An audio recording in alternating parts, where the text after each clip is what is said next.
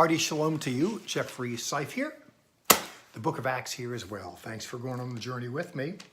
We are seeing Paul on the move. In fact, he's always on the move. He's left Athens in the 18th chapter of Acts, and he has made his way to Corinth. Corinth is one of my favorite road stops. I've been there on a number of occasions. It's a fascinating city. It's like a linkage point between the Aegean and Adriatic Seas. I mentioned this before. And so it's very cosmopolitan, lots of culture, lots of people, lots of problems, and most recently, lots of Jews. I mention that because Jews were vanquished, sent out of Rome. They had to get out of Dodge. Anti-Semitism is not a new problem. It just emerges in different generations. And Aquila and Priscilla make their way, we're told by Luke, to Corinth, and Paul bumps into them, and they labor together physically in the same trade and then with the same ministry. Fascinating, those two helped. Well, speaking of helpers, in verse 5 in chapter 18, we're told that Silas and Timothy arrived from Macedonia. Macedonia is northern Greece, and now they make their way to the Peloponnesian Peninsula, at the top of which is Corinth, and we're told, and this stood out to me when I prepared to give this talk, we're told that Paul became occupied with the message. It's not to say he was engaged in other things beforehand, but once he has help, he's able to get his focus on. And that's always what you want to do when you're in ministry, be able to attend to ministry. Sometimes there are other things you have to attend to pay the bills. You have to hit the road. You know, missionaries go out in the field and need to come back frequently and raise support. Even people that commit support lose interest over time and through circumstance. And you always have to go back and revisit it and rev up the engine so you can stay in business. It's just one of the things we have to do. I mean, you have to worry about how you pay your bills. So I don't want to whine that people like me have to worry about how we're going to pay ours. But the point is that with help here, Paul is able to get that focus on. And we're told urgently he is testifying to the Jewish people that Jesus is the Messiah. Now, by the way, that's a focus that's been long since gone, in part because of a misconstrual of what's going to come after. But that is so very true to the core of what someone like me is all about, and we is all about, I'm assuming you. That is, there's an urgency to testify to the Jewish people that Jesus is the Messiah.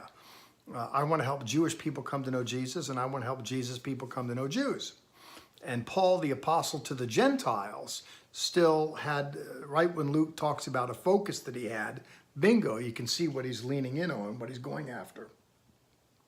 We're told in verse 6, they resisted and reviled him. There's rejection. Now, when I say they, it's not everyone. You're going to see when you read on that before you even get out of this chapter, you learn that the ruler of the synagogue, the arche-synagogos, the head haunch, is going to become a believer. But there's resistance, enough so that Paul has his focus to bring the word. People are pushing back, and Paul says, okay, enough with that. He says, your blood be upon your own heads.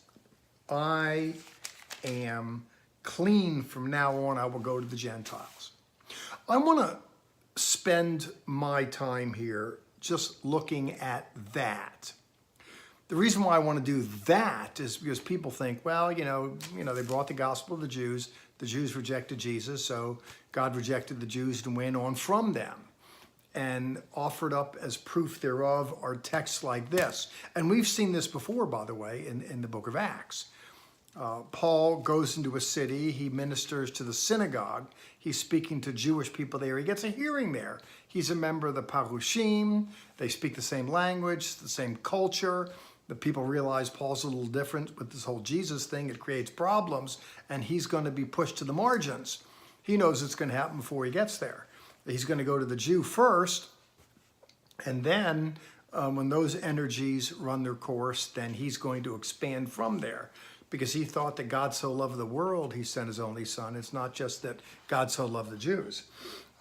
And even that, the plan of the ages was written in the beginning of the pages. In Genesis 12, we're told that through Abraham, all the nations of the earth will be blessed. And Paul had a pretty good idea about how that was going to happen through the ministry of Messiah. In any case, there's a story here where people look and say, well, look, Paul is talking to the Jews. He says, forget it. You guys don't want, your blood's on your own hands. I'm clean of you. I'm going to the Gentiles. And this is typically construed as giving biblical legitimacy to pivoting away from the Jews to go in other directions.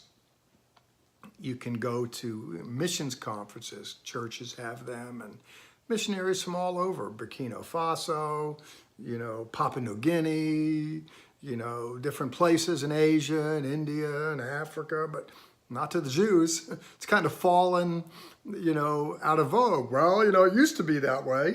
It's interesting, the gospel came from the Jews, but no one is minded to bring it back. Partly because people don't know how, partly because they're ashamed of the history with the church. I don't know what the reason is, and frankly, for my purposes here, I don't care. What I care about is to note that Paul has an urgency to bring the gospel to the Jewish people, and then from the Jewish people to others, when things would heat up, harden up a little bit. And by the way, that's the way the story is told. If you go back to the Gospels, Jesus told his disciples, listen, here's what you do. You go to a place and, if people welcome you, enter their home and let your peace be upon the home. But if things go south, if they seize up on you, just shake the dust off your feet and move on.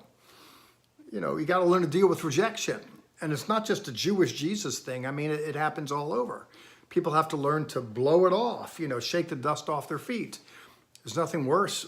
I don't want to say there's nothing worse. There are things worse, but it is problematic when people suffer rejection, they move on down the road and carry it with them on into the future instead of blowing it off.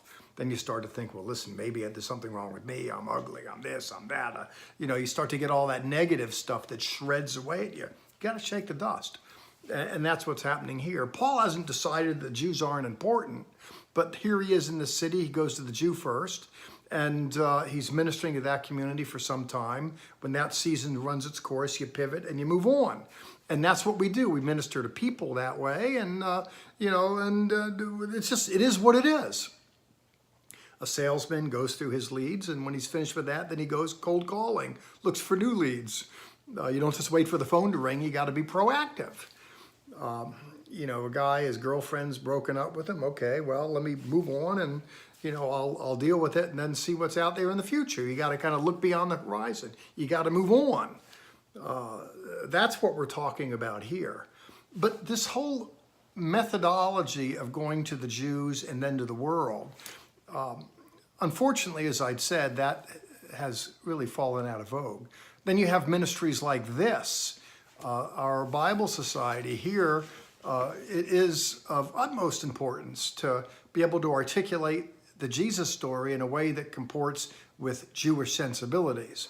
And our friends, by the way, who helped us in the manufacture of the Bible and our app that's forthcoming and other things that we're engaged in.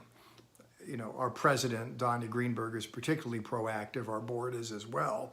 All of us to create new product in order to minister more and more to help Jewish people come to know Jesus and to help Jesus people come to know Jews. We think we're really kind of, filling in a gap here. That Jewish emphasis is fallen out of vogue, and it's long overdue to recover it.